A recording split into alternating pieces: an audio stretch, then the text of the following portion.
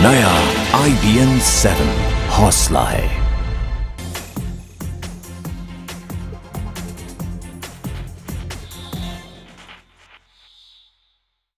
एक बार फिर आपका स्वागत है। 8 बजे में बात महाराष्ट्र के सियासी घमासान की।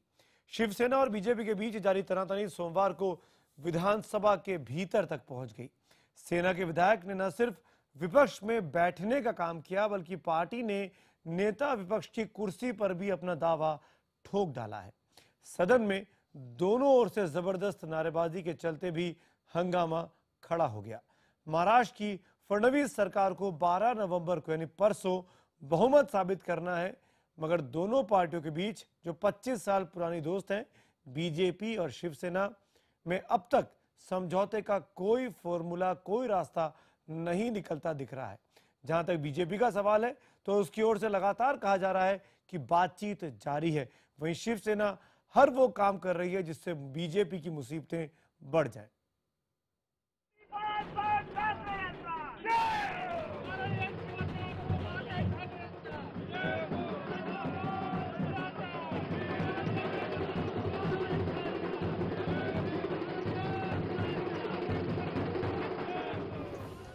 नारंगी साफे में सजे धजे शिवसेना विधायक बाजे गाजे के साथ विधानसभा पहुंचे। विधायकों के तेवर आक्रामक और अक्कड़ जानी पहचानी थी। सदन में आकर जब उन्होंने जय शिवाजी के नारे बुलंद किए तो जवाब में बीजेपी की ओर से भी जय श्री राम का नारा उछला। इस नारेबाजी के बीच सेना के विधायकों ने विपक्ष की कुर्सियों में आसन जमाया। यही नहीं, पार्टी ने विधानसभा सचिव को चिट्ठी सौंपकर नेता विपक्ष की कुर्सी पर भी दावा ठोक दिया है। इसका मतलब ये भी नहीं कि शिवसेना ने विपक्ष में बैठने पर अंतिम फैसला ले लिया है। दरअसल सोमवार को नेता विपक्ष के लिए दावेदारी की आखिरी तारीख थी और शिवसेना किसी फैसले तक तमाम विकल्प खुले रखना चाहती है। Shivsena being the number one party after BJP in the house, the stake is being claimed. I mean, this is one of the formalities which need to be done in time. सोमवार से महाराष्ट्र विधानसभा का 3 दिन का विशेष सत्र शुरू हुआ है। आखिरी दिन 12 नवंबर को फडणवीस सरकार को विश्वास मत हासिल करना है। फिलहाल विधायकों को शपथ दिलाने के लिए पांडु गावित को प्रोटेम स्पीकर चुना गया है, लेकिन विश्वास मत से पहले विधानसभा अध्यक्ष का भी चुनाव होना है। इस मौके पर भी दोनों पार्टियों को अपनी स्थिति स्पष्ट करनी होगी। उद्धव ठाकरे ने रविवार को ही साफ कर दिया था कि 2 दिन के भीतर बीजेपी से कोई जवाब नहीं मिला तो सेना विपक्ष में बैठ सकती है। फिलहाल बीजेपी अब भी मीठी जबान में यही जता रही है कि वो महाराष्ट्र में सेना को साथ लेकर चलना चाहती है, लेकिन पेंच अब तक फंसा ही दिख रहा है। आज भी हमारा आग्रह है कि जिस प्रकार से महाराष्ट्र की जनता ने हमें एक मैंडेट दिया है, उस मैंडेट के साथ शिवसेना चले और बिना किसी दुराग्रह के या सोच के निश्चित तौर से हम चाहेंगे शिवसेना से बातचीत जारी है। मुझे लगता है कि निश्चित रूप से रास्ता निकलेगा। रविवार को शिवसेना ने मोदी मंत्रिमंडल के विस्तार का भी बहिष्कार किया। इसकी 2 वजहें बताई गई। पहली, उद्धव की इच्छा के खिलाफ सुरेश प्रभु को कैबिनेट मंत्री बनाया जाना। दूसरी, सेना के अनिल देसाई को कैबिनेट की बजाय राज्य मंत्री पद का प्रस्ताव। उद्धव ने इसके बाद अपने सांसदों और विधायकों को जिस तरह मीटिंग के लिए मुंबई तलब किया, उससे लगा कि दोनों पार्टियों के रास्ते अलग हो गए। लेकिन फिलहाल मामला अब भी अटका हुआ है और सेना अपनी शर्तों पर अड़ी हुई है। Bureau report, IBN 7। तो 12 नवंबर को क्या होगा? क्या शिवसेना बीजेपी के साथ खड़ी होगी या बीजेपी के सामने खड़ी होगी विरोध करने के लिए? इसी मसले पर बातचीत करेंगे। मेरे साथ कुछ खास मेहमान जुड़ रहे हैं। मेरे साथ कांग्रेस की तरफ से कांग्रेस के नेता प्रवक्ता मुकेश नायक साहब भोपाल से जुड़ रहे हैं। बीजेपी की तरफ से वहां के प्रवक्ता श्रीकांत शर्मा, पार्टी के प्रवक्ता, हमारे साथ जुड़ेंगे और साथ में एनसीपी और शिवसेना के लोगों से भी हम बात करने की कोशिश करेंगे इस कार्यक्रम के दौरान। इन सबके साथ बातचीत की शुरुआत करूं उसके पहले आपको याद दिला दें कि कल यानी रविवार को शिवसेना सुप्रीमो उद्धव ठाकरे ने एनसीपी पर वाजपेयी सरकार को गिराने का इल्जाम लगाया था और कहा था कि एनसीपी के साथ रहते बीजेपी को शिवसेना समर्थन नहीं देगी। एनसीपी ने आज इन तमाम आरोपों का एक एक करके जवाब दिया और जवाब देने के लिए खुद सामने आए पार्टी के सुप्रीमो शरद पवार। पवार ने एक बार फिर ऐलान किया कि वो महाराष्ट्र में सरकार बनाने के लिए बिना किसी के मांगे, बिना शर्त के बीजेपी को समर्थन दे रहे हैं। We have not discussed this subject with anybody. Nobody has come to us and requested us to give any type of support.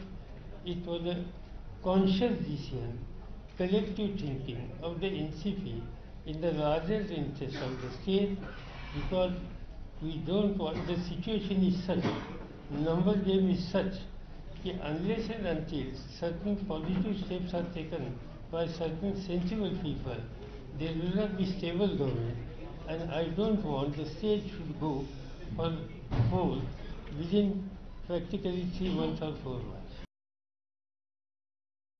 इस बीच अब से कुछ देर पहले शिवसेना के मुखिया उद्धव ठाकरे भी एक कार्यक्रम में नजर आए और यहां उद्धव ठाकरे ने शरद पवार को करारा जवाब दिया। उद्धव ने एक बार फिर आरोप लगाया कि पवार की निगाह बीएमसी चुनावों पर लगी है।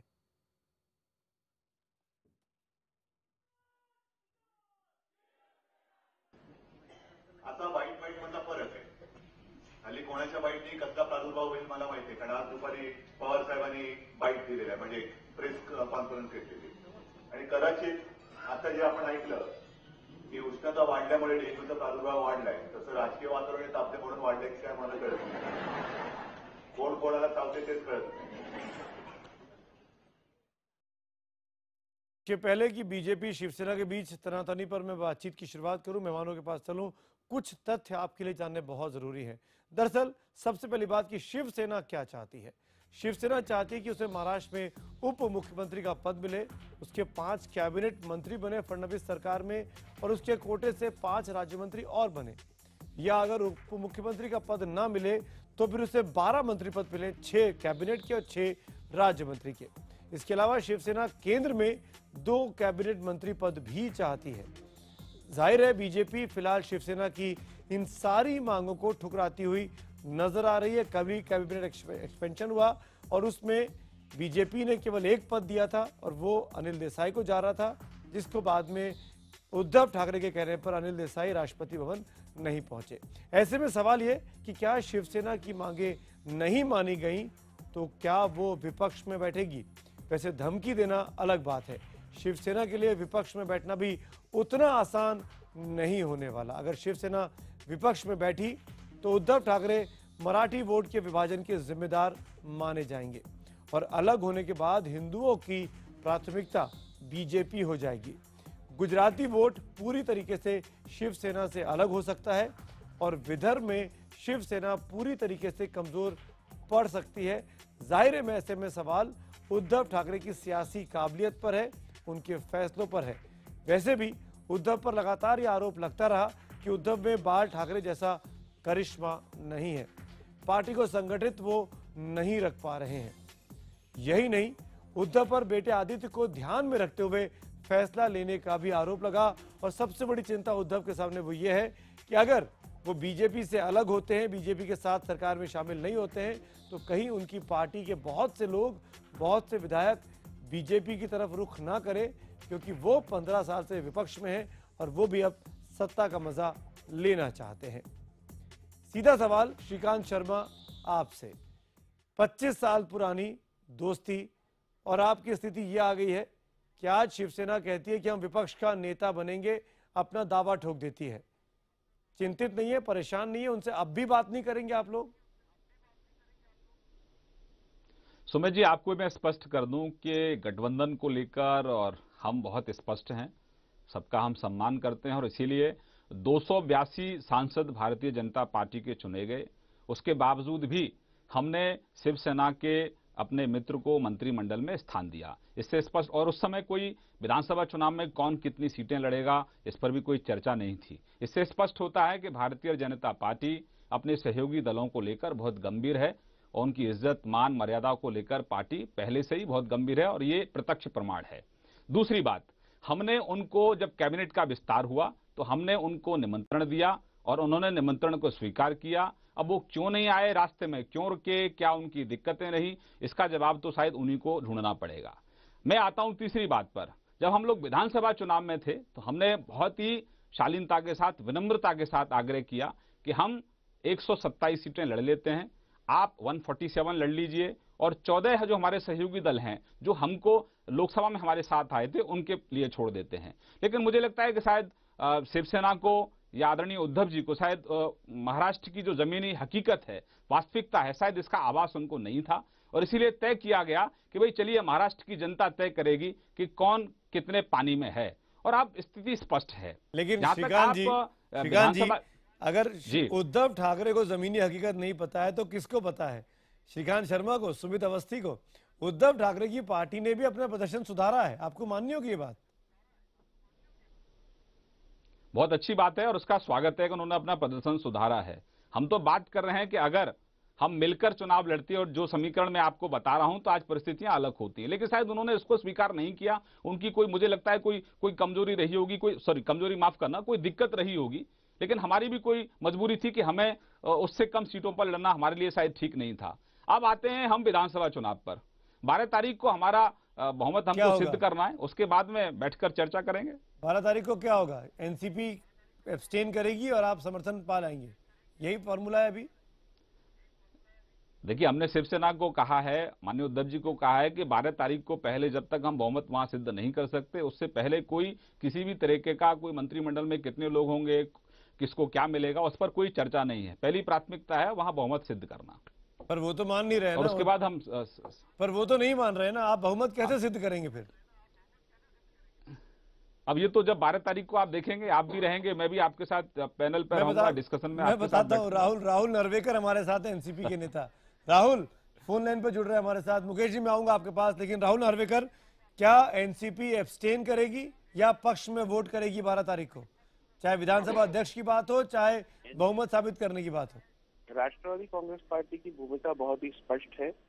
हमने हमारी भूमिका जनता के सामने रखी है कि महाराष्ट्र में आज सबसे जरूरी है कि महाराष्ट्र में एक स्थिर सरकार आए, और स्थिर सरकार आने के लिए हमने भारतीय जनता पार्टी को जो मैंडेट मिला है, सिंगल लार्जेस्ट पार्टी जो आज भारतीय जनता पार्टी है, उन्हें बिनशर्त समर्थन देने का निर्णय लिया है। और इसके बाद भारतीय जनता पार्टी का रवैया क्या होगा और उनको किस प्रकार से इसका उपयोग करना है, यह भारतीय जनता पार्टी को डिसाइड करना है। आपने कहा समर्थन देने का फैसला किया, इसका मतलब 12 तारीख को पहले विधानसभा अध्यक्ष के चुनाव में एनसीपी बीजेपी के व्यक्ति को समर्थन देगी अध्यक्ष के तौर पर, और फिर दोपहर के बाद देवेंद्र फडणवीस की सरकार को समर्थन देगी। आप लोग एब्सटेन नहीं करेंगे? जहां तक सरकार का सवाल आता है, सरकार के विषय के ऊपर हमारी भूमिका बहुत ही स्पष्ट रही है। हम महाराष्ट्र के भविष्य को, महाराष्ट्र के भवितव्य को नजर के सामने रखते हुए एक स्थिर सरकार का समर्थन करेंगे, और इस सरकार के बारे में, एक स्थिर सरकार महाराष्ट्र में लाने के लिए जो जरूरी काम है वह हम करेंगे। जहां तक विधानसभा अध्यक्ष का सवाल आता है, विधानसभा अध्यक्ष के सवाल के ऊपर पार्टी के वरिष्ठ नेता और विधिमंडल निर्णय लेगा। जी, आप रहिएगा मेरे साथ। मुकेश नायक जी, कैसा लग रहा है आपको? आपका अपना साथी, अपना सहयोगी, इतना पुराना सहयोगी, 1998 से लगातार रहने वाला एनसीपी, आज बीजेपी के पास, आपके सबसे बड़े विरोधी के पास, बगैर मांगे, बगैर पूछे, बगैर किसी मान मनव्वल के चला जा रहा है। देखिए, ये तो चुनाव के पहले सारी स्थिति स्पष्ट हो गई थी और डिबेट्स में हम लोग बोलते भी थे। आज भारतीय जनता पार्टी की अनुभवहीन और अल्पमत वाली सरकार, जिस पार्टी को शरद पवार जी को बीजेपी ने नेशनल करप्शन पार्टी बोला था, आज उस नेशनल करप्शन पार्टी के समर्थन पर बीजेपी का पूरा भविष्य निर्भर है। अगर आज शरद पवार जी ये कह रहे हैं अपने वक्तव्य में कि उन्होंने मांगा नहीं है समर्थन, लेकिन फिर भी हम महाराष्ट्र की स्थिरता के लिए समर्थन दे रहे हैं। पूरा देश जानता है कि महाराष्ट्र जैसा समृद्ध राज्य आज बंदरबाट और राजनीतिक सौदेबाजी के चक्कर में फंस गया। आपको क्या लगता है क्यों बगैर मांगे पवार साहब समर्थन दे रहे हैं? नायक जी, ऐसी क्या मजबूरी है उनकी? मुझे ऐसा लगता है कि लाभ और हानि का लेखा जोखा लगाकर स्वयं को बचाने की ये राजनीति है। किस चीज से बचा रहे हैं? नेशनल करप्शन पार्टी पर चुनाव के पहले बीजेपी के लोग आरोप लगा रहे थे, इन्हें ये डर है कि बड़ी बड़ी जांचें बैठेंगी, करप्ट पार्टी है, घोटाले उजागर होंगे, सौदेबाजी उजागर होगी और उससे बचने का ये प्रयास है कि बिना मुकेश नायक जी, क्या शरद पवार करप्ट है? क्या उनकी पार्टी करप्ट पार्टी है? आपकी क्या राय है? मैं तो ये कह रहा हूं कि बीजेपी की ये राय है कि ये नेशनल करप्शन पार्टी है। बीजेपी की राय श्रीकांत शर्मा बता देंगे। बीजेपी की ये राय मुकेश नायक की क्या राय है? इनसे ये क्यों नहीं कह देती कि हमें आपके समर्थन नहीं मुकेश नायक, जरूरत है? बीजेपी की राय देने के लिए बीजेपी के नेता मेरे पास बैठे हुए हैं। मुकेश नायक से मेरा सीधा सवाल है, कांग्रेस पार्टी शरद पवार को करप्ट मानती है? उनकी पार्टी को नेशनलिस्ट करप्ट पार्टी बताएगी? देखिए, ये बीजेपी ने कहा, हम नहीं कह रहे, हम कोई टिप्पणी नहीं करना चाहते। जो बीजेपी ने कहा है वो दोहरा रहे हैं। एनसीपी के लोग करप्ट है, करप्ट पार्टी से आज बीजेपी एनसीपी के लोग करप्ट है, ये कह रहे हैं एनसीपी के लोग करप्ट है। मुकेश नायक जी, आखिरी बार पूछ रहा हूँ, एनसीपी के लोग करप्ट है, एनसीपी पार्टी करप्ट है? आपकी राय, आपकी पार्टी की राय? देखिए, एक राजनीतिक पराभव और राजनीतिक गिरावट तो स्पष्ट दिखाई देती है। नहीं कि पराभव गिरावट की बात नहीं हो रही, राजनीतिक स्थिरता की बात भी नहीं हो रही है। और अपने को मुकेश नायक और उनकी पार्टी की क्या राय है? क्या शरद पवार या उनकी पार्टी करप्ट पार्टी है? आखिरी बार पूछ रहा हूं, उसके बाद मैं बात नहीं करूंगा आपसे। करप्ट है कि नहीं है? मैं ये कह रहा हूं कि बीजेपी ये कह रही है कि शरद पवार की पार्टी करप्ट पार्टी है और बीजेपी तो बीजेपी तो आपकी विरोधी है, घुटने टेक रही है। तो बीजेपी तो आपकी विरोधी है, बीजेपी तो आपका विरोध करती है। तो बोलिए ना, शरद पवार की पार्टी करप्ट नहीं है, बोल दीजिए। संकोच किस बात का है? नहीं, मैं ये कह रहा हूं, बीजेपी वाले कह दें कि हमें करप्ट लोगों का समर्थन नहीं चाहिए, ना अंदर से समर्थन चाहिए, ना बाहर से समर्थन चाहिए। जवाब दीजिए। और अगर वो इनका समर्थन बीजेपी वाले कह दें कि एनसीपी करप्ट पार्टी नहीं है, का वो ढोल पीटते रहे हैं, इनका असली चेहरा पूरे देश की जनता के सामने उजागर हो जाएगा। सुन लीजिए, श्रीकांत जी बोल रहे हैं। सुन लीजिए मुकेश जी, देखिए सुमित जी, आपने अच्छा पूछा कि एनसीपी क्यों इनको छोड़ दिया। ये छोड़ने का जो क्रम है बहुत लंबे समय से है। मुकेश जी जिस राज्य से आते हैं वहां तो जो नेता प्रतिपक्ष का जिस व्यक्ति के पास पद था, उन्होंने बीजेपी की सदस्यता ले ली और बीजेपी में शामिल हो गए। अच्छा, ये लगभग सभी राज्यों में है और कांग्रेस के बड़े दिग्गज कांग्रेस को छोड़ रहे हैं क्योंकि कांग्रेस टोटल कंफ्यूजन में है। कांग्रेस को दिशा नहीं पता, दशा नहीं पता, कांग्रेस को कहां जाना है। वास्तविकता यह है कि जिस महाराष्ट्र पर ये प्रवचन कर रहे हैं, 15 साल में इन्होंने उस महाराष्ट्र को इस स्तर पर लाकर खड़ा कर दिया है कि वहां से 40% इंडस्ट्री शिफ्ट हो रही है। ना तो वहां बिजली है, वहां करप्शन है, लगातार बिजली मिलती नहीं है, लोड शेडिंग है। तो बोलना बहुत आसान है, इसलिए वहां की जनता ने इनको रीजनल पार्टी से भी नीचे लाकर खड़ा कर दिया। पार्टी है बीजेपी की राय में? देखिए, हमारा जो पहले दिन से जो हमारा स्टैंड था, आज भी हमारा वही स्टैंड है। भ्रष्टाचार को लेकर, चाहे कोई हमारा अपना हो, चाहे कोई हमारा पराया हो, चाहे कोई दूसरी पॉलिटिकल पार्टी का हो, कानून अपना काम करेगा। अगर किसी ने गुनाह किया है, जनता के पैसे को लूटा है, जिसको नरेंद्र मोदी जी ने अपनी रैली में कहा नेशनल करप्ट पार्टी, उसका समर्थन आप मना क्यों नहीं करते हैं? आप क्यों हाँ बोल रहे हैं? सुमित जी, देखिए, एनसीपी के वरिष्ठ नेता शरद पवार जी ने स्पष्ट कर दिया है कि उन्होंने अपने आप से समर्थन की पेशकश की है, अपने आप से वो समर्थन दे रहे हैं। बड़े स्पष्टता से उन्होंने अपने शब्दों में पूरा स्पष्टीकरण दिया है। महाराष्ट्र में एक स्थिर सरकार रहे, ऐसा उनकी इच्छा है और उन्होंने अपनी इच्छा का प्रकटीकरण किया है। आप मना भी तो कर सकते हैं कि हम करप्ट पार्टी के साथ नहीं जाएंगे। आप भी तो वेलकम करें, चुपचाप बैठे उनकी बात पर। मोदी जी की छवि का क्या होगा? एनसीपी, मैंने अपना पक्ष आपके सामने रखा सुमित जी कि हमने कहा कि जिसने करप्शन किया है, जो करप्ट है, कानून बिना किसी भेदभाव के काम करेगा और आने वाला समय इसका गवाह होगा। और जहां तक एनसीपी का पक्ष है, माननीय शरद पवार जी ने उसको स्पष्ट किया है। मुकेश नायक, लास्ट कमेंट आपका। मुकेश नायक, मैं ये कहना चाहता हूं कि कानून अपना काम करेगा, ये राजनीतिक चतुराई है, लेकिन असली बात तो ये है कि जिसको इन्होंने नेशनल करप्ट पार्टी कहा है, आज इनकी सरकार का पूरा भविष्य उसके समर्थन पर टिका हुआ है। चलिए, ये कह रहे हैं कि कांग्रेस से लोग जा रहे हैं, ये पूरे देश में राहुल नरवेकर, भ्रष्टाचार आप हैं मेरे साथ, सरकारें हैं और दल बदल का महापर्व चला रहे हैं। राहुल नरवेकर, आप हैं हमारे साथ फोन लाइन पे? करा रहे हैं। राहुल नरवेकर, क्या आप मुझे सुन सकते हैं? राहुल, एक लास्ट कमेंट आपका लूंगा मैं। राहुल, आपकी पार्टी को करप्ट पार्टी कहा, अब आपके लोग समर्थन दे रहे हैं, क्या ये जायज है लोकतंत्र पे? मौका परस्ती नहीं है? चुनाव के दौरान एक दूसरे पर आरोप लगाना, यह बहुत चुनावी हथकंडों से सब पैतरे से सब वाकिफ है।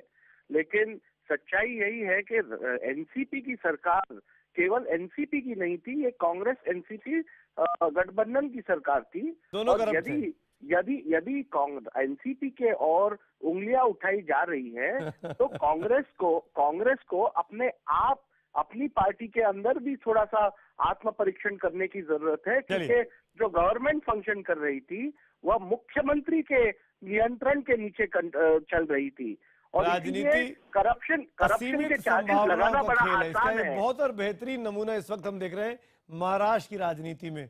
जो कोई सोच नहीं सकता था वो महाराष्ट्र में होता दिखाई दे रहा है। कैसे दो धुर विरोधी एक साथ एक मंच पर आ गए और कैसे दो दोस्त एक दूसरे की गर्दन काटने के लिए तलवार लिए खड़े हुए हैं। शुक्रिया श्रीकांत जी, मुकेश नायक जी, राहुल नार्वेकर आपका।